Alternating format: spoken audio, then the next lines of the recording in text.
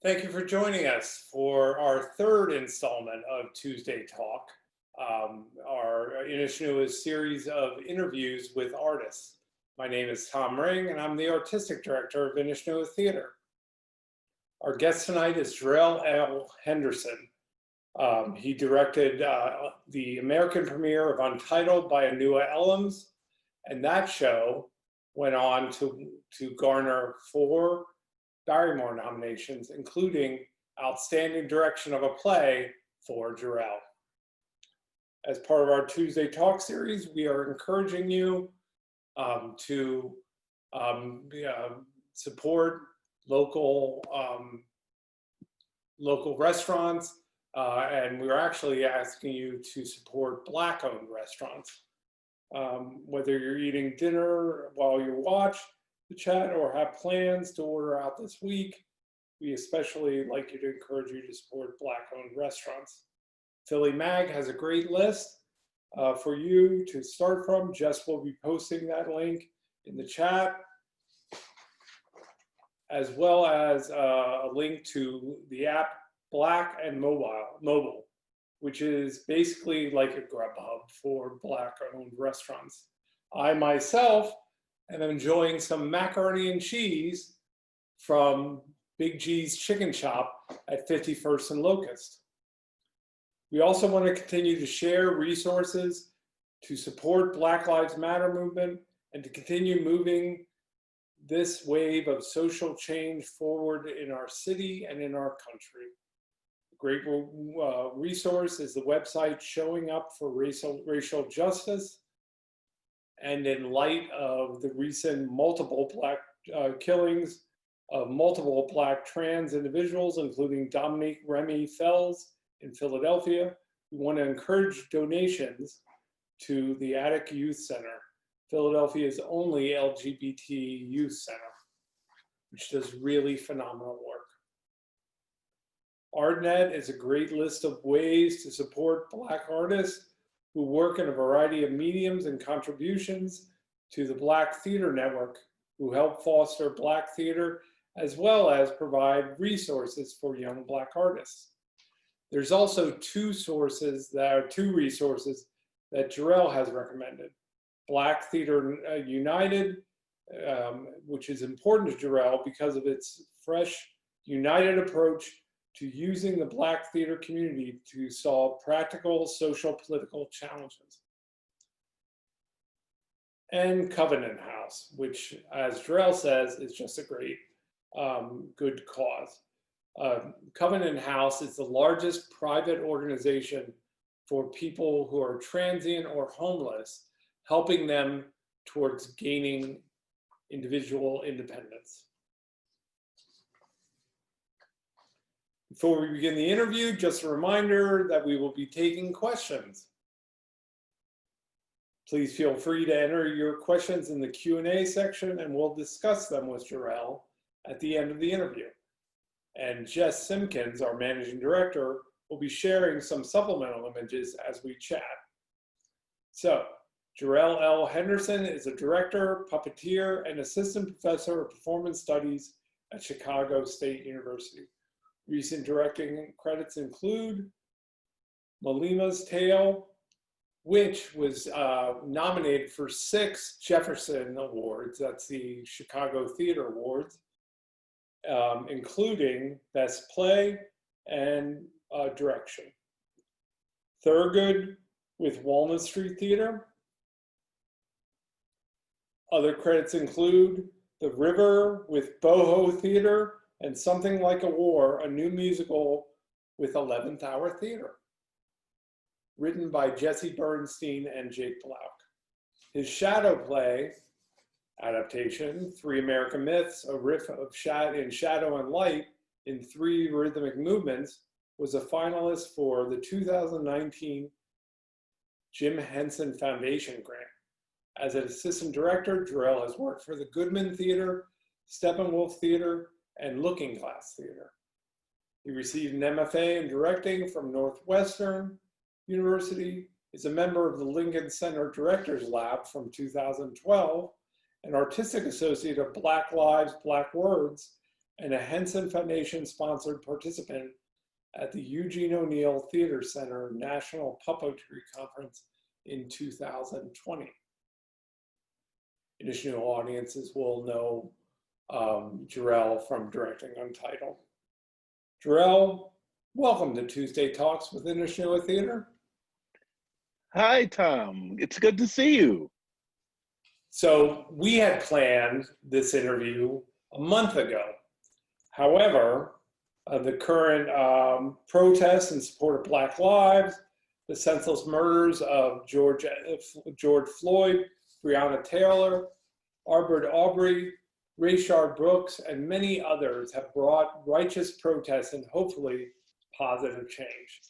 It is also a question of stories theaters tell, the artists they employ, and the infrastructure of theater itself. While we will discuss theater and your theater history and theater career and your work with Inishnoa, we will be cognizant of time to allow Jerrell the time to share his thoughts about recent current events and share his voice as a Black artist.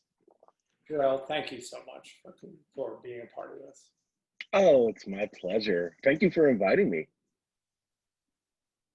So you are Philly born and raised, but now you live in Chicago.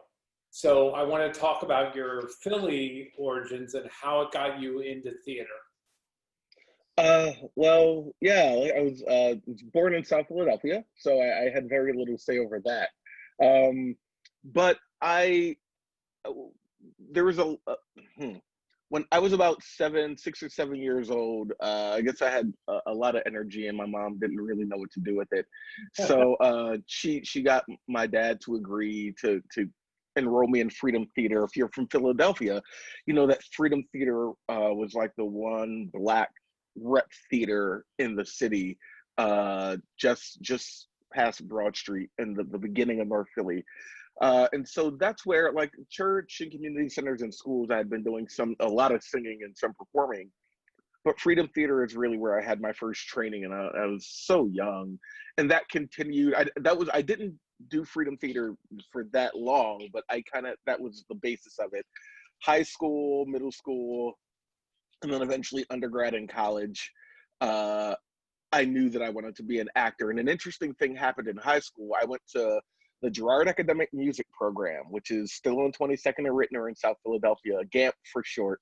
And it's a magnet school, so it's focused on college prep and music, and I was a singer. And so, but the Walnut Street Theater, which is, one of the oldest operating theater in the country, has a program in their education department called Adopt a School. So every few years, they'll adopt a school and work with them and share resources. So when I was a senior in high school in 1999, the Walnut Street Theater adopted my school. And so I got to work with the acting apprentices and after school work, which was a kind of a foreshadow to what my life would be after undergrad, because after undergrad, I would move back to Philadelphia, my dad's house. And I was an acting apprentice for a year at Walnut Street. And that was the beginning of what would become roughly a decade's worth of work in acting, teaching, and eventually directing. So your work at Walnut Street Theater was mainly in education? Absolutely. For the first 9 years that I worked there, well, I guess for the only 9 years I worked there, I worked in the education department, which is not to say that I wouldn't have other jobs here and there, but that was primary. And so it started out as an acting apprentice, and then after I was an acting apprentice, I became one of their staple teaching artists, and I taught there for many, many years. And then as I was a couple years into that, this would be like around 06 or 07, 06, my boss at the time, the head of the education department, asked me if I was interested in directing for the summer camp, and I laughed at her. I said, "Could you imagine me directing?" And she said, "Yes." And so I directed for the summer camp. That went well. And then she offered for me to direct the outreach shows. So if you're an acting apprentice at the Walnut Street Theater, there are 4 performers, and you're going to do, you perform in 4 plays in rep over 9 months. You learn the 4 plays in a week, and then you perform them for the rest of the 9 months. So when I was an acting apprentice, I was performing in these shows. Once I was a director, I began to direct the shows that the apprentices would perform in. And I did that. I did that for years. It was my first experience with directing. And it was great. The Walnut Education Department gave me the opportunity to succeed and to fail and to get up and try again. So the productions that went well, we would have a conversation about why I thought they went well. And the productions where someone else had to step in to help out, we would have conversations about what maybe wasn't working and why that happened. And so it was really a place where it was a lab where I could just grow. It was a really wonderful time. It was a really, really wonderful time. Now, you also have directed at Allen's Lane, which is like a semi-professional theater. And you've said in the past, in conversations with me, that was a big influence. And again, like, let you kind of work your chops. So can you talk to me about Allen's Lane Theater in Philadelphia? Yeah, it was such a great opportunity for me as a person who thought I wanted to direct, but I didn't have a lot of hands-on experience. And they were looking for, they put an ad out, and they were looking for people to pitch plays, and preferably people of color, people like me. And so I put together my pitch. I pitched Zoom In and the Sign. It's a play about gun violence. It takes place in Philadelphia. It's a Philly playwright, Charles Fuller, the man who wrote A Soldier's Story. And then A Soldier's Play, he won the Pulitzer, and then it became A Soldier's Story, which is the film with Denzel Washington. It was nominated for an Academy Award for a screenplay. But that was my first production. And so it was the first time that I was working with actors who were like much older than me, who had been doing it for years. And it was a chance for me to really see what I could do in terms of overall storytelling, how I direct, how I work with actors. And it's so funny. I love that cast because in that cast was Z McGill, who played on Esther just recently in The Artist Gem of the Ocean. Cash Goins, who has his own theater company now, who's done a lot of work around the city. My good friend Keith Illich, who's now in Chicago with me, but we did Untitled together at Innishnua. I met Keith on that production, and it was an opportunity for artists in the community. Kathy Simpson, if you're a Philadelphia artist, then you know the name Kathy Simpson. She was a really big supporter, and she gave me feedback. My boss at the Walnut at the time came and gave me feedback. Ellen Tolby, who was an actor and a teacher in the city. I mean, that was really an opportunity where the Philadelphia theater community, or at least the ones who were in my circle, really came and supported me. And I mean, after Allen's Lane, I knew that it was possible for me to do this thing called directing. I knew that I could do it, you know. I had to learn more, but it wasn't an impossible thing. And so I'm so grateful for that. And then 2 years after that, I directed In the Blood by Susan Laurie Parks. With Teresa Miller was in that one, and she just graduated from the Foundry, the playwriting Foundry with Playpen. She's a playwright now. I love it. Yeah, but Allen's Lane was a huge part of my growth. I'm so grateful that they were there and that they're still there doing that. Yeah. So now you're in Chicago.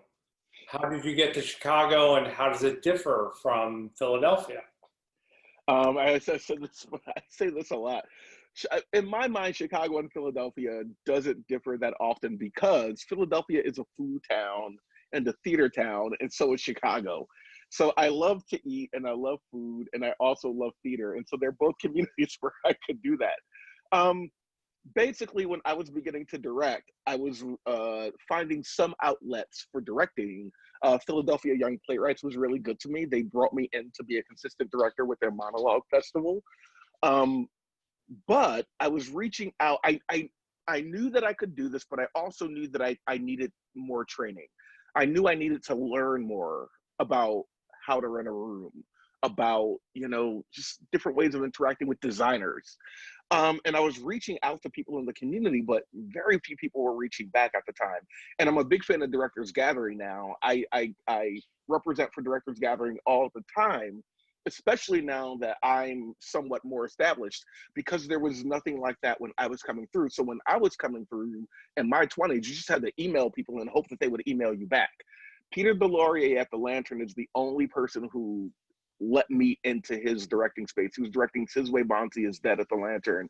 That's how I was able to connect with a friend and mentor, Forrest McClendon, because he was in that play. But there weren't a lot of opportunities for me to grow. And so I was interested and passionate, but I didn't have the skill. And I wasn't being offered the opportunity to build my skill. So basically, long story short, I applied to grad school, thought I was going to go to grad school in New Jersey, moved to New Brunswick, New Jersey. I did not get to go to grad school. It's one of the biggest failures of my life. I achieved this great thing. I moved my entire life, and then I couldn't go. But that year in New Brunswick, which is the same year I turned 30, gave me a lot of time to take stock of my life, what I wanted to do, and what I wanted out of my life as an artist, whether this directing thing was going to work. By the end of that year, I reapplied to grad school. I got into Northwestern, which is just outside of Chicago. And that's what initially brought me here. And I always say that Philadelphia is where I fell in love with theater, but Chicago is where I fell in love with life. And my ability to just live on my own terms, to be who I needed to be who I wanted to be, to figure it out first. And then to live inside of that and grow that. You know, I always say that one should never be too close to their own fire. And Philadelphia is my fire, you know what I mean? So it's a really great place to visit, but I can't spend too much time there. I'm too close. You know, I need a little bit of distance. But if you notice over the last 2 years, you can't get rid of me. You know, like I never really go away. Thankful for that. But that's initially what brought me here. And the fact that Chicago's such a theater town, like Philadelphia, it really fed me. Yeah. Good. So we were talking about how you keep coming back to the East Coast or to Philadelphia. You directed at Passage Theater, a show called Caged, which was written by 28 inmates at the New Jersey prison or prison system. And I wanted to know, like, first off, your skills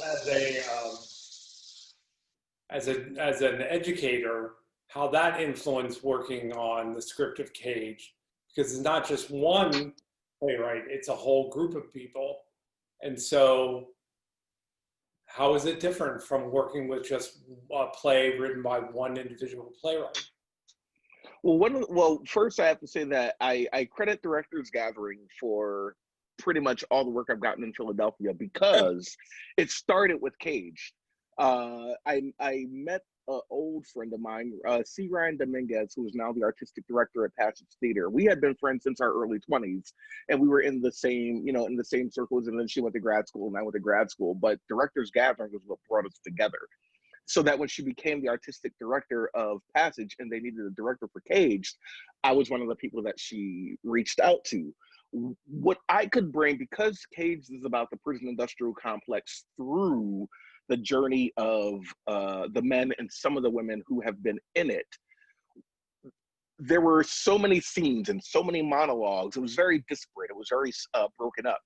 So because of my ability to analyze a play, to track action, the main action of the protagonist from beginning to end, to speak about in a way that is hopefully relatable, you know, a character's journey and what that means and what you need and what you don't need. That was one of the reasons why I was brought in, to unite it into a story, to take all these different stories and make it one. So that's what brought me there. I had very little access to a lot of the playwrights because they were still incarcerated. However, Boris Johnson, who was one of our actors, a former inmate, and one of the writers, one of the main writers of the story, he was in the room with us all the time. And it's funny because he was an actor. So there would be moments where we would be working on the scene that he wasn't in. And so I would release actors and he would go, "Can I leave?" And I went, "No, you're the playwright. You know, you're here, man." And so being able to have conversations with Boris, who had lived a lot of the experiences that we were talking about on stage, I could take the knowledge that I had in terms of how a play moves from beginning to end, but he could take his real life experience, and in between the two of that, it was a really great dance. And also Chris Hedges, who the journalist who taught the class that the monologues came out of, I had access to him. He was in conversation with the late James Cone, the late theologian James Cone, about Caged. He was in conversation with Cornel West about Caged. And so this was a play that a lot of really great folks had kind of touched. There was a great musicality to it, to the script and how it operated. So yeah, did that answer your question? It does. Try not to ramble. You just said musicality. Can you go on more? Can you explain more? Why was it? Oh, absolutely. Just the rhythm of how the play works on micro and macro at the same time. The micro of the story is, it's the story about Omar, who is this man who was in the prison system. He got out, but because of the things that ex-cons have to deal with, he gets sucked back into it.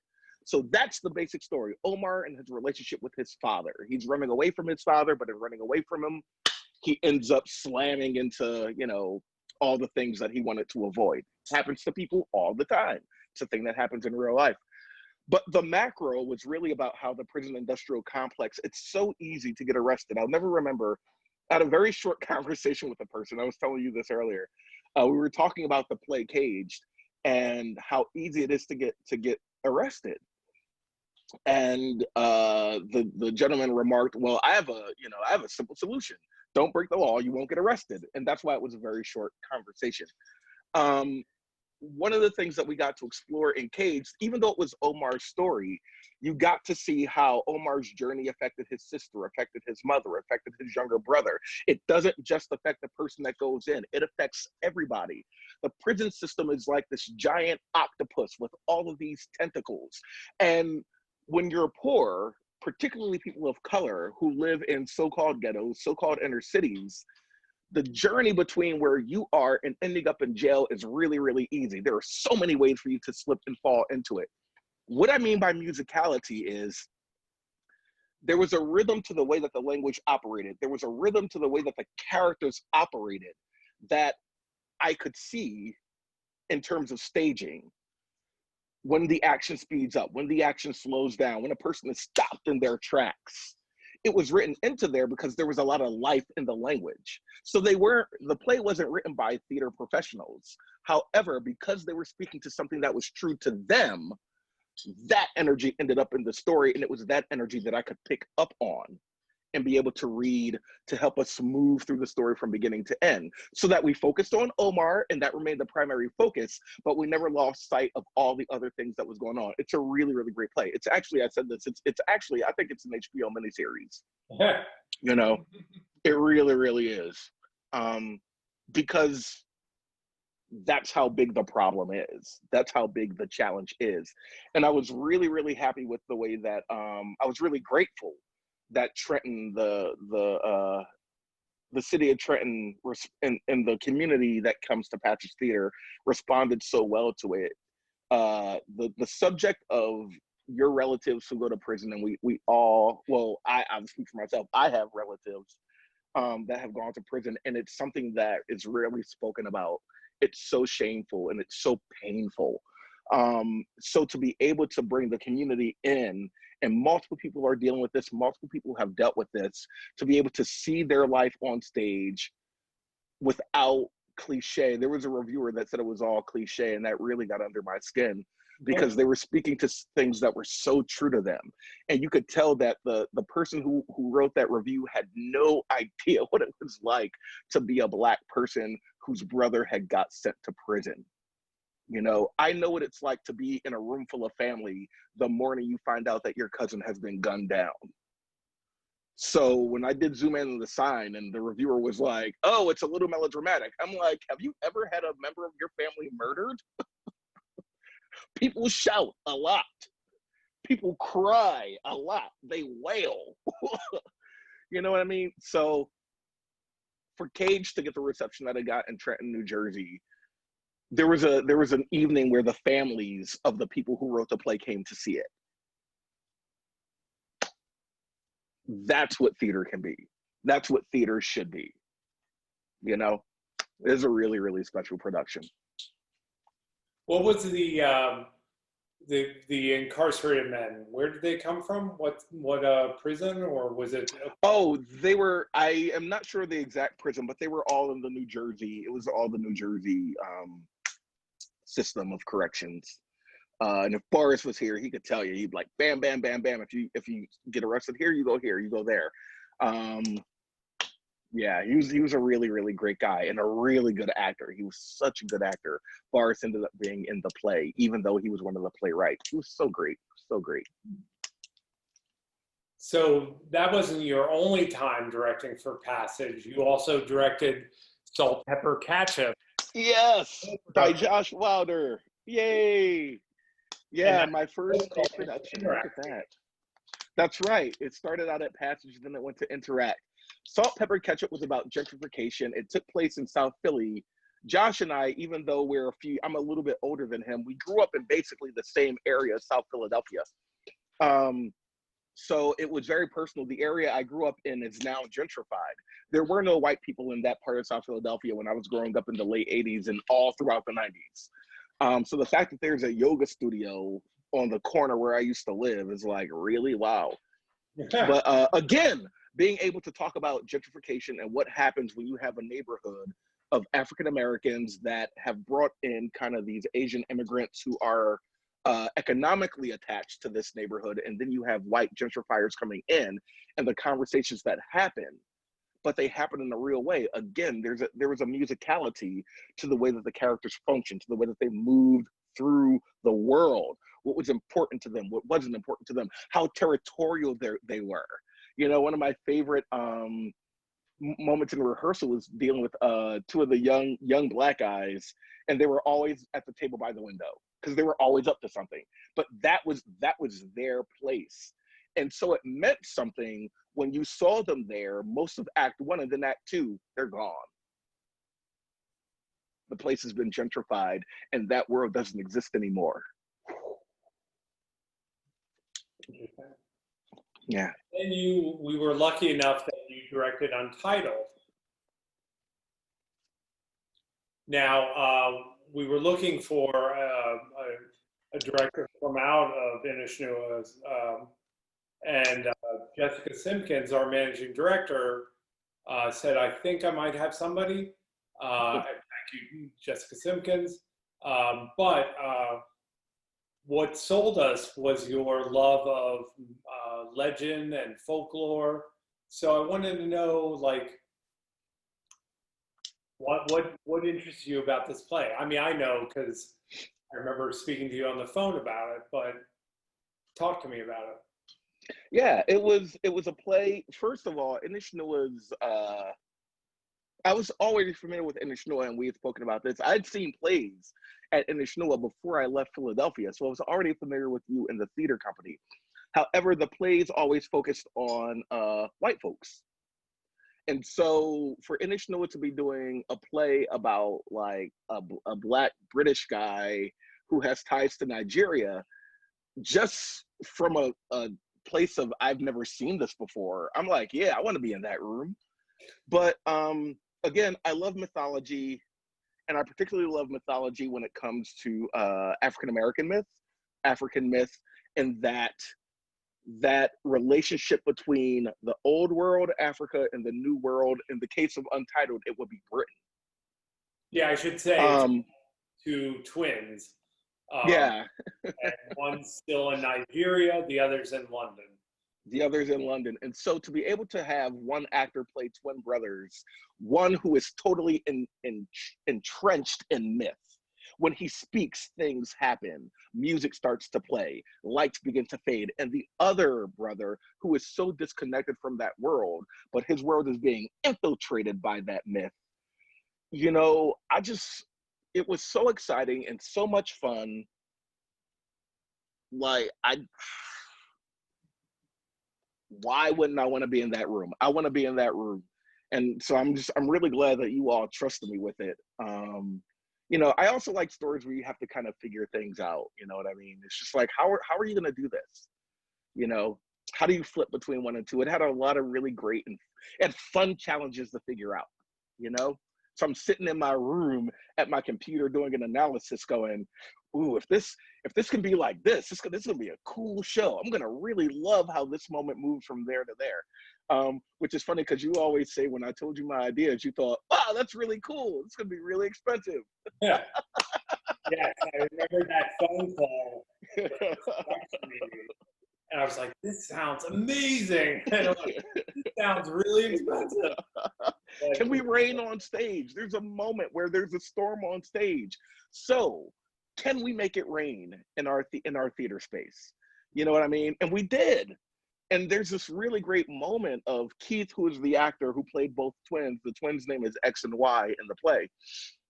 You know, there's this really great moment where he's battling the first twin who's in Nigeria, who knows myth, who knows the spirits, you know, who is magical. And he's at war with the gods. And he's standing in the middle of a rainstorm, daring them to strike him down. Come on now. That's so effing cool. That is so effing cool. So to be able to create that moment, one of the most fun techs I've ever been in. It was such a great laid back tech. You know what I mean? And it wasn't that expensive. Like, yeah, see, the Drake, the Bluebird Drake at the Drake, already installed or like kept open like pipes that you can rain on stage. And then I was like, oh, you know, the ground will be messy, but it was cork. Maria Laster, the set designer, which you introduced us to, she was great. And Lauren Tracy, the production manager, came up with that idea, and it was so good. And so it rained, and then underneath the stage was kind of like a drainage. And so every night they had to drain it, but it was really, really cool.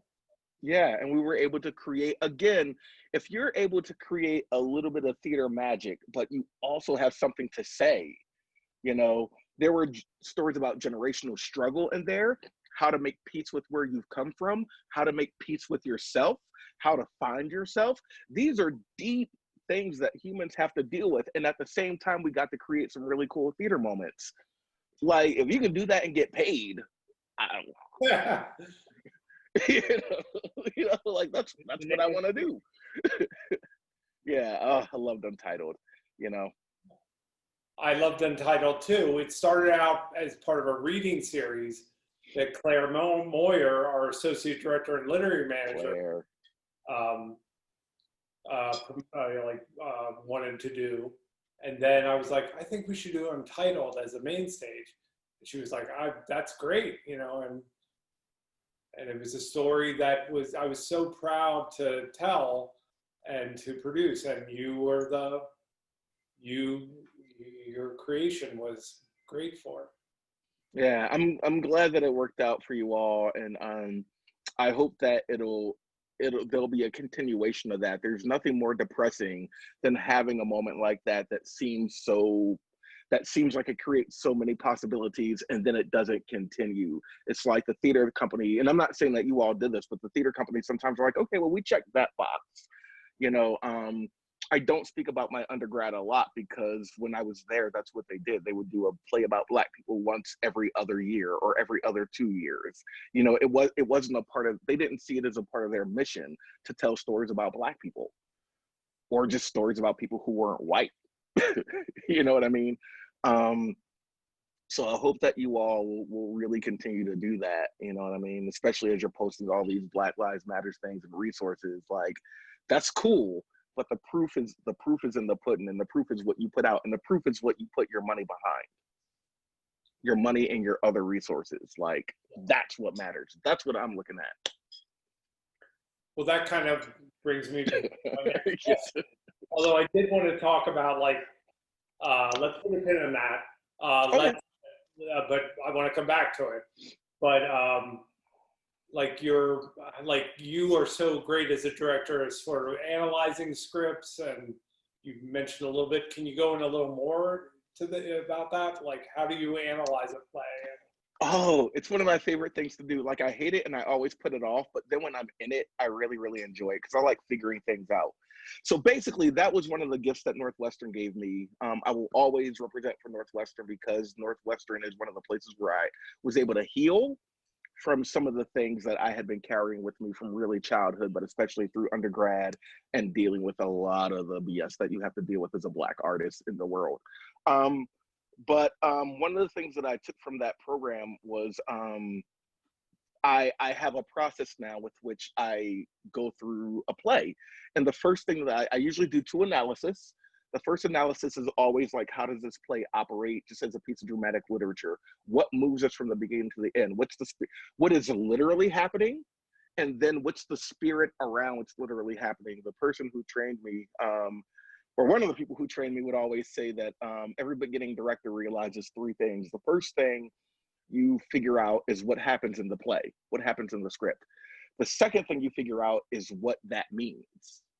And the third thing is you figure out what you figure out what how do you say it? How do I say it?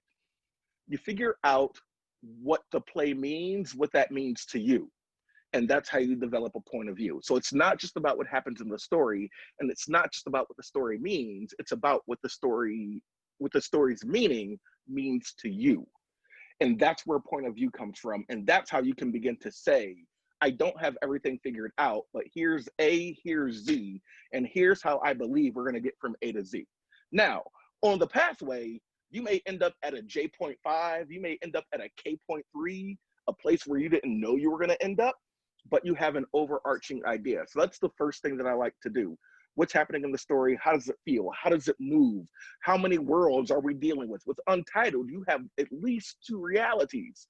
And you need to be aware of all those realities because you're going to be asking the audience to jump from one to the other and back again, right? So if I don't have that figured out, then it's going to be messy and muddy for the audience. And if it's messy and muddy for the audience, they can't receive that gift that I'm hoping that this will be.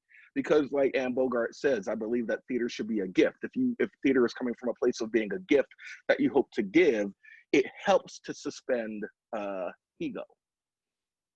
So that it doesn't become about me and my story, but it becomes about the audience and what I hope to give. It's a way to give back to your community. So that's the first thing that I like to do, and I go through scene by scene. What's happening in this scene? Who's in the scene? You know, if you remember from my analysis, every character that Keith played, because he was two main characters, but each of those characters played other people. So I'm like, in this scene, X becomes this person, this person, this person. This scene, X, just so that we know where we are. I love to know what I know, and I love to know what I don't know. And I can start from there. And then the second analysis that I like to do is more character-based. How do these characters operate? Where are they coming from? And, you know, and how are these characters, now that I have some understanding of how the story operates, I want to now know how the characters operate within the context of the story that I hope to tell. So that when I walk into rehearsal on the first day, I don't have everything figured out. That's not the goal. The goal is to walk in on the first day with an idea of how you're going to unite this group of people that have come together and how you're going to move forward and what story we're telling. So it's to help create unity. You know what I mean? Like all the analysis is really help create unity, and it helps build trust in me, especially I'm coming back from Philadelphia. Claire knew who I was. Jess Simpkins knew who I was because they knew me from Directors Gathering. Jess knew me from before I left. But you've never worked with me. Our dramaturg had never worked with me. And so you're like, okay, this guy's from Chicago, he used to live here, he got a degree from Northwestern. What does that mean? If you can walk into a room and say, here's what I know, and here's how we're going to move forward, then immediately the hope is it brings people together and they immediately start to build together. You know what I mean? Yeah. So that people don't feel like they just need to, you know, I've been in rooms where everybody's in the corner with their own work, you know, fighting for their own survival. Ultimately, it works best if we're really in collaboration. And if I know what I know and if I know what I don't know, for me, it's easier to be in conversation with the artist that I'm working with. You know, I don't have to be hung up on what I don't know, because I can be like, here's what I know. What do you think about this moment? And then the actor can be like, oh, I think that this moment is A, B, C, D. That's interesting. And it can become a conversation. So I'm not dictatorial. I'm not just telling people what to do. You know, when we did Untitled, I said that I wanted the ultimate production, meaning opening night until closing night. I wanted every show to be a conversation and between the actor, the audience, and stage management, who's calling all the things. And I want it to be as organic as humanly possible. Yes, we all know that there are things that are going to happen. However, every time he talks to the audience, there might be an audience that talks back. We need to create space for that. You know, we need for Abby, our great stage manager, Abby, you know, we need for her to be like, not be like, oh my God, what's going to happen? But like, okay, this is happening. Okay, now we're going to have lightning. Boom. You know what I mean? Mm-hmm. If that answers your question. It does. It does. Okay. And I'm conscious of time, and I wanted to ask you the question that I said, let's put a pin in this. As a Black theater artist, what changes would you like to see in the theater industry? All right, that's a really big question. So, and I'm only going to speak for myself because you know, you asked me, so I'll answer for myself. So there are a couple of things, but I'll keep it specific to Philadelphia based on my experience and based on what I know. I reached out to a couple other theater companies as well, so I might read some things from some Philadelphia artists that I spoke to today, in terms of what could happen. But basically, it's about resources and finances. So I have been in theater long enough to have had people tell me how great they think I am. Oh, you're great. Oh, you're fine. Oh, you're a genius. Oh, you're so nice. But what matters to, like, that's great to hear. But what matters to me is, you know, are you hiring me? Are you hiring people like me? You know, I don't want you, you know, flattery is cool and it makes me feel good in an immediate moment sometimes. But ultimately, it's really about whether or not you're using your resources to support me and to support people like me, who we all know have been fundamentally shortchanged by a racist system. We all know this. So the number one thing that I would like to see, and this is specific for, I would say this for Philly, but it really works for most theater communities. I want to see more resources. This is financial. It's also human resources, social resources, technological resources being put in companies that are run by by Black and brown people, period. Everything else to me is noise. I can't even tell you how many theater companies I've seen post Black Lives Matters, Brianna. Also, if you're not repping for Brianna, you need to rep for Brianna. I haven't put that on my Instagram yet, and it's going up tonight. Okay, the officers who killed Brianna need to be arrested, period. I've seen theater companies put up these posts, and I'm like, y'all are some of the most anti-Black people I've ever run into. But you got a James Baldwin quote on your website. You know what? I'm not having it. I'm not drinking that Kool-Aid. I want to see Power Street Theater in Philadelphia. My friend Jose Aviles, I think it's Teatro Philadelphia, but I'm blanking on the name of his theater company. But it's run by Jose Aviles. You can Google him or go to the Arden Theater website, and find info on them. And Theater in the X. These are theater companies that are run by Black and brown people. It is not just, sorry, I'm going to lean back because I'm like leaning into the camera. It is not just about our ability to infiltrate or integrate into white systems. It's about the white power structure that has access to money and other resources investing in those theater companies, okay? You want to nominate them for a Barrymore Award? You want to give them a Barrymore Award? Cool, dope. That is fantastic, and it's a great way of recognizing. But where are the dollar bills going? Where are the grants going? I can't tell you. I think I applied for the Independence Foundation grant twice when I was still in Philly. This is at the moment where I was beginning to get fed up with my inability to grow there. Yo, Independence Foundation, where's that money going? It's not just about it's not just about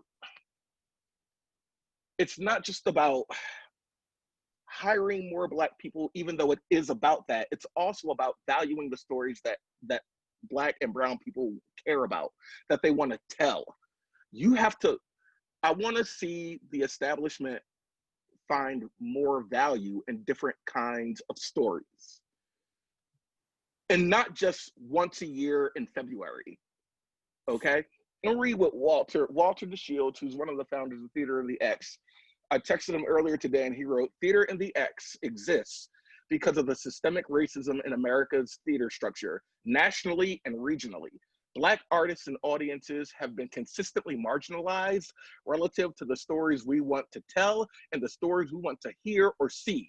You are not telling the stories that we're interested in, and you wonder why you don't have a Black audience. Or you do a Black play so that you can get a couple Black people on your mailing list, and then the artists of color who helped create that get sent to the side because you don't need them anymore. Yo, American theater, you are operating at a massive trust deficit. So if you want better relationships, you need to build trust. And one of the ways that you build trust is by giving consistent resources and not just putting it all on us. I'll keep reading it. With that in mind, it's Theater in the X. With that in mind, as well as not waiting to be told yes, we got to work on telling those stories, removing as many barriers as possible to Black audiences who deserve to see their lives, experiences, and even escapist fantasies portrayed before them. In this current moment of pandemic and the perpetual fight for justice, Theater in the X will continue to tell our stories to our communities in an effort to lift our collective voices to the heavens while sharing our voices with each other. The Arden has been off to a pretty good start in terms of using some of their resources to uphold theater companies run by Black and brown people, but it can't stop there. It's not enough. You are at a significant disadvantage as a white power structure when it comes to your artists of color, because you've been using us to write your plays, to act in your plays, to direct your plays. Sometimes, even though you have those theater companies that want to hire white people to tell Black stories. And yet, the resources, it's whenever a conversation about changing the power structure comes on, it always becomes, we got to do better. Hiring Black actors, hiring Black playwrights, hiring Black directors or brown directors is a really great start. I want to look at your boards. I want to look at your administration. How many Black and brown folk do you have in those positions of power to make those economic decisions? That's the change that I'm talking about today in terms of what I want to see. The second thing that I'll touch on, and this is something that's really, really close to me in terms of Philly, but it happens everywhere, is tokenism.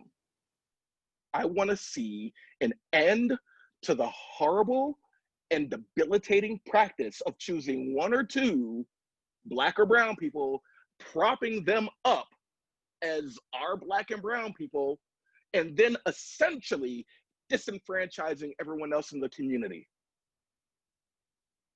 Not only does it put an unfair burden on that artist of color to have to then be a symbol and try to do some good while you also know that you're working within a racist structure,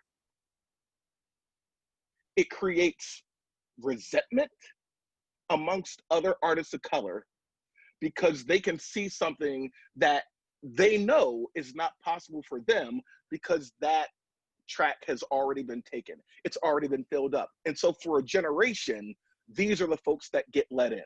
These are the folks who get those opportunities. These are the folks who can get a little bit of attention regionally and nationally, because these are the people who we're going to prop up. Yo, tokenism is some bullshit. And it's an ugly choice, and Philly has been doing it for a long effing time, and you need to cut it out. There is room for all of us. You need to create room for all of us. And if you're not familiar with people who have, I run into this a lot, Tom, when I pitch designers. Well, we want to make sure that it's qualified. Somehow me asking for designers of color or female designers becomes a conversation about me wanting qualified people. I'm sorry, I assumed that when I said I wanted Black and brown people that they would be qualified. If you can't think or find artists of color, particularly women of color, who are qualified, you know what your problem is. And you need to do what Jess Simpkins did in Ishnua. You need to go find them. That's what Jess did. And she didn't put that on me. That's one of the reasons why I enjoyed working with your theater company. It's one of the reasons why I would come back. When I said 50% people of color, 50% women for my design team, just went okay. And then we were in conversation about how to make that possible. And she put the onus on her, not me. See, that's what you need. But in order to do that, you have to restructure the way of thinking. So those would be my two things. Resources, I think Gabby said, Gabby Sanchez, who helped found Power Street Theater, she said, let's see, I am interested in the question, what are you willing to give up? Okay? How many times have I or another person of color tried to apply for a job at a predominantly white institution, and y'all are like, oh yeah, we want equity and diversity and inclusion. You put it in all your grants, but then you just hire white people. Well, they're qualified. I want to know what qualified means. I want to know how you reason that. Also, one of the things that happens when you don't do that is it pushes folks out. One of the reasons why I left Philadelphia was because I wanted to grow and I felt like I couldn't grow. So I went somewhere else where I could grow. You look at the work that I'm doing now in theater and that I'm beginning to do in puppetry, and you think about all the potential that I am beginning to exercise now was always inside of me. I just had to find a community that was willing to pull it out. That's the reality that we're dealing with. Yo, you got to reshift resources and you got to get rid of the system of tokenism. It is some BS and it's not necessary. And the theater community will grow once you begin to allow it to grow. Also, stop waiting for Black people to infiltrate your white institutions and fund the white institutions that are there. That's what August Wilson was talking about in the 90s when he wrote The Ground on Which I Stand. He wasn't talking about how we could get there, even though he was. We know he had a connection with Yale. We know he had a connection with the O'Neill through Lloyd Richards. But those weren't the companies that he was talking about. He was asking, why don't we put the money we put in those places in these other places? It's value and sometimes just laziness. And it's a shame because every theater says that they want it, but then they won't put the work in to make that possible. I'm good. that's my soapbox. No, that's fine. I like your soapbox. That's where we're going. We've almost reached the hour, but I want to get some questions from the audience. So let me see here. Oh, by the way, Jose Villa, his company is Teatro del Sol. Teatro del Sol. Thank you. Sorry, Jose. My mind was racing. You'll forgive me. So one of the questions was, what is your approach when directing a musical? Oh, my approach when directing a musical is really similar. There's just another layer of storytelling. So in a play, the layer of storytelling lies in kind of like the dialogue, but also the feel of the story as it's moving from one place to another. So when you're working with a musical, you have the book of a musical, but you just have a different layer of storytelling, which is the music. And so part of it is just figuring out where the music meets the narrative and how those two things coexist together. And the stronger the musical, the stronger that connection is. So yeah, it's a very, very similar approach. And I love to choreograph, but I'm not a dancer. So the other thing of a musical is knowing to get out of the way when the choreographer is working. I know that. I'll stay on the side and throw in a few ideas, but I let people do their work. You kind of touched on this, but this is another question from the audience. What were some of the most impactful teachers that you had? I had some really great teachers in my life. My Charles Dumas, who was at my undergrad, is one of the he's an actor and teacher and director. Oh my God. He taught me, I'm so fortunate in that I have my biological mom and dad, but I've also had a theatrical creative mother and father. So Susan Nicodemus Quinn at the Walnut Street Theater, who was my boss for so many years, who helped me grow, and then Charles Dumas. They taught me so much about knowing my own value, knowing my own worth, trusting myself. Yeah, those are the first two people that come to mind.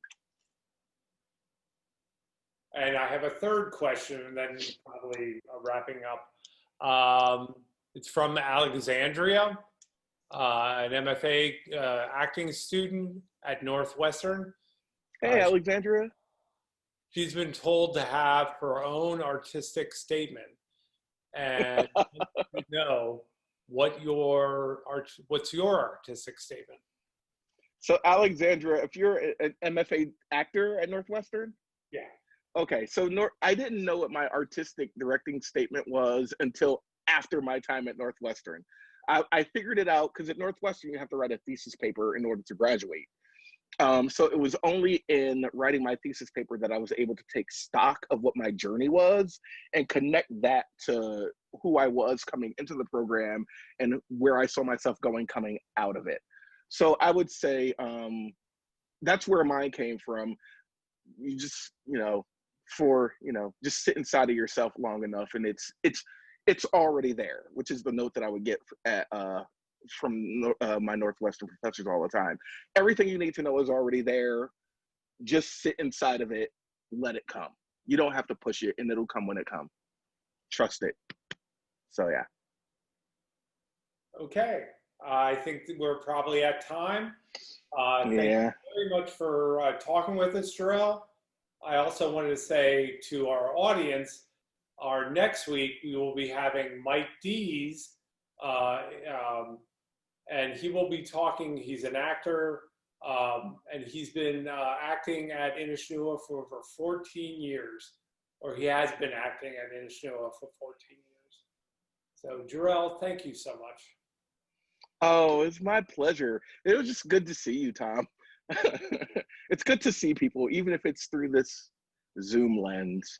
And thank you to everyone who watched and asked questions. And one really quick shout out. So last night was the Jeff Awards. Lillian Brown won for directing. She's a Chicago director, but she directs all over. But a special shout out to her, for winning, because I really, really enjoy her work.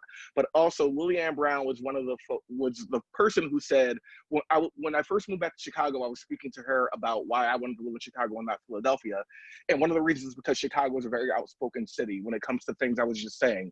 But Lillian was was the first person to say, well, why don't you take what you're learning in Chicago and apply it to Philadelphia? You know what I mean? If you see a need in Philly and you know that you're learning stuff here, you got to give some of that back there. So this was my attempt to take some of what I've learned and kind of pour it back into a community that I love. Because again, I love Philadelphia theater so much, and I get so upset and so passionate because I see so much potential, and it really, really, really gets under my skin when I see us not living up to our potential. You know what I mean? And it's possible for all of us to get to that place, but we just gotta put our money where our mouth is. You know. Well, thank you again. By the way, to the audience, Jess has put in the registration link for Mike Dees. If you want to, it's also going to be, we'll get an email blast about it. So, but thank you, Jerrell. You look well. Please be safe. I shaved. I know. All right. It was a pleasure seeing you all. Thank you. See you later, everybody.